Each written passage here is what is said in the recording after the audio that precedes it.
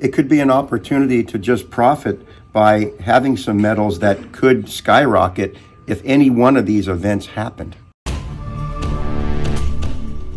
SD Bullion is giving away a monster box of 2024 Tree of Life silver coins. Sign up today at sdbullion.com/sweepstakes. Hey, good morning. Good to see you, Adrian. King Richard, good to see you. Silver Dragons, good morning. Good morning. Once again, you're charging me for Yeah, something. I know. My elbow's hitting the atom machine. I'm getting excited. Well, it is an exciting day. Gold is still over 2,100. Yeah, as usual. Lately, gold is going up and silver is kind of floundering a little bit. Not sure why, but it's definitely not keeping pace with the excitement of gold. The mainstream media has talked a little bit about gold. I've not seen them mention silver a single time, so. No, in fact, yesterday I had a pretty good customer trade some gold for silver, feeling, I think rightfully so, that silver was a bargain and gold was flirting with being overpriced. I actually applauded it. I thought it was a good idea. Well, you know, when it comes to silver, you got a lot of cool stuff in the shop. You're still running the $25 Morgan and Peace dollar deal, Yeah, I that's see. been real successful. People enjoy it, and it's a fair price, I think, for those two coins. Yeah, especially when I see it like online and other places. Still can't keep Mercury's in stock. Although I've got some beautiful, beautiful Roosevelt dimes, all from uncirculated rolls we bought the other day. In fact, I still have some of those sealed rolls. 63Ds, just beautiful, beautiful coins. They was put away by a retired banker years ago. So he got them for face value, probably? Yeah, while he was in the bank, and he was wise enough to grab them. Hopefully he reimbursed his employer, but I think, yeah. I mean, he could have put a dollar bill in and taken out 10 dimes. He could have, and that's what I'm hoping he did. It's just crazy that money used to be real money, and now it's all just fiat paper. I'm old enough to remember when it switched over, and my father calling the new clad money Mickey Mouse money. That was his term. And he was a big-time vest pocket guy, and he loved coins, and he thought it was just such a terrible ripoff. Yeah. To have this fake money. Well, that's what it is. It's just paper, really. Yeah. Yeah, nothing backing it. Well, yeah, it's cool to see all the stuff in the case. Let's take a gander down at the gold. Looks like not a lot. I mean, with gold being basically at an all-time high, you'd think there would be more people selling. Well, while we're at the gold, the views and the subscribership is up at Silver Dragons, up to 205,000 subscribers. And as promised, on the 10s, we're going to have a gold giveaway. Unfortunately, I have to cancel the 1/10 ounce gold giveaway because I've decided to go to a 1/4 ounce gold giveaway. No way. So when we get to 210,000? 210, which shouldn't be more than a few weeks away. And this piece is commemorating the 400th anniversary of the Mayflower. And there was only 4,720 of these struck. 1/4 ounce US gold, $10 gold piece. And this will be given away after we cross over that threshold on your channel for 210,000 subscribers. Well, that's awesome. Thank you, I'm Harry. gonna That's very leave cool. that with you for the viewers, and stay tuned. One of All your right. lucky subscribers will actually win that. There you go. So yeah, definitely subscribe, and we'll mention the giveaway in a future video. Yes. And it's probably going to come pretty quick. So Please, it's interesting. I have people come in, tell me they watch the videos, and about half say they aren't subscribed. And sometimes they tell me, well, I watch on the television set and I don't know how to subscribe when it's shooting to the TV from YouTube. So maybe you could advise people how to do that either now or in the comments section. yeah, well, the best thing to do is just make your own YouTube account. You can sign up with an email address. Okay. And then once you have your own YouTube account, you can just hit the subscribe button and it will add it to your list so you don't miss any of the episodes. Wonderful, because we appreciate the views, but we got to have the subscribership too, especially if you want to participate in the giveaways. That's true. Well, thank you so much, Harry. It's a pleasure. All right. Well, yeah, so we have the giveaway coming up, but as I was mentioning, not much gold in the case. I would have thought more people would be selling with it being at an all-time high. They have been selling, but they've been buying just as fast. In fact, on Saturday, early in the morning, there were a crowd of people when we first opened, and all the gold went in the first 20 minutes. Really? And we had no gold the rest of the day. That's crazy. Yeah. Have you seen times in the past where it was hard to source this stuff?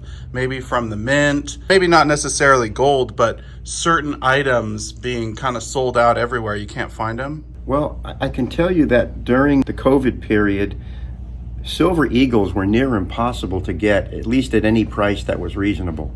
And so the premiums went very high because we were paying terrible prices just to get them. And what I'm told is that the U.S. Mint is required to buy the blanks from American refiners.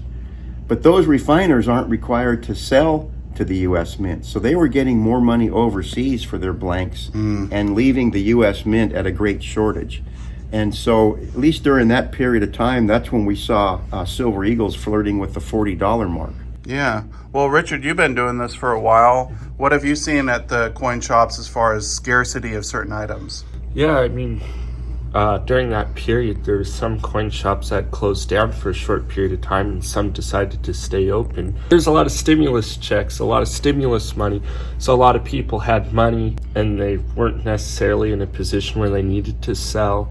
And then there was a lot of people, because they had that money, wanted to buy, so there's a lot more demand than there was supply. And not only did that drive the prices up greatly, but sometimes somebody would come in to a shop and say, hey, I want to buy a monster box of silver eagles, and it's like, I only have a couple of tubes for you. And you couldn't even get them from a supplier.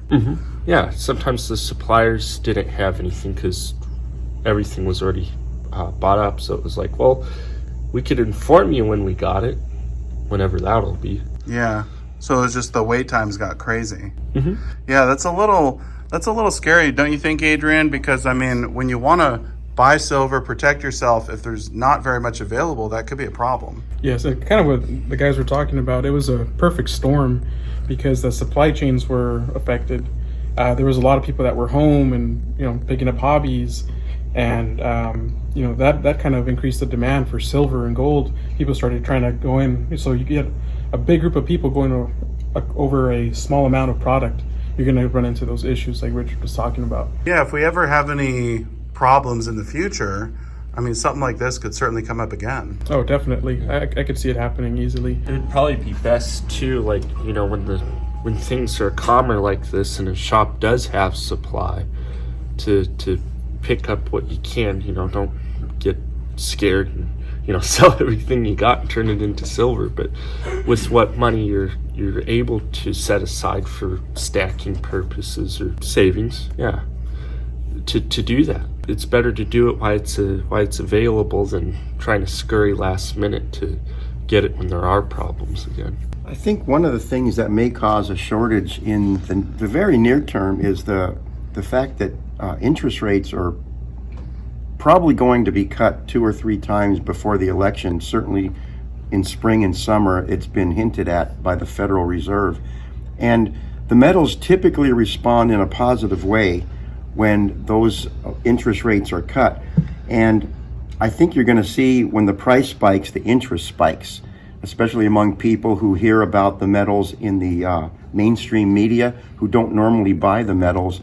And so there's going to be upward pressure, not only on price, but on supply. Yeah, I think people are worried about inflation too, because when the rates come down, everyone starts getting new home loans and generating all this new currency, which really causes inflation. Since you mentioned inflation, we don't have to speculate about that. It's here, it's a real thing, and it's happening every day. Everything, if you food shop, if you shop for durable goods, everything's gone up, sometimes way up. Yeah. And so that's going to also put pressure on the availability and price of metals. Kind of touching the point what the Harry was saying with prices kind of being a little still on silver.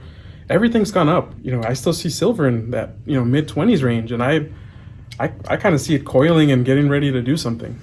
Yeah, everything's gone up except silver. Exactly.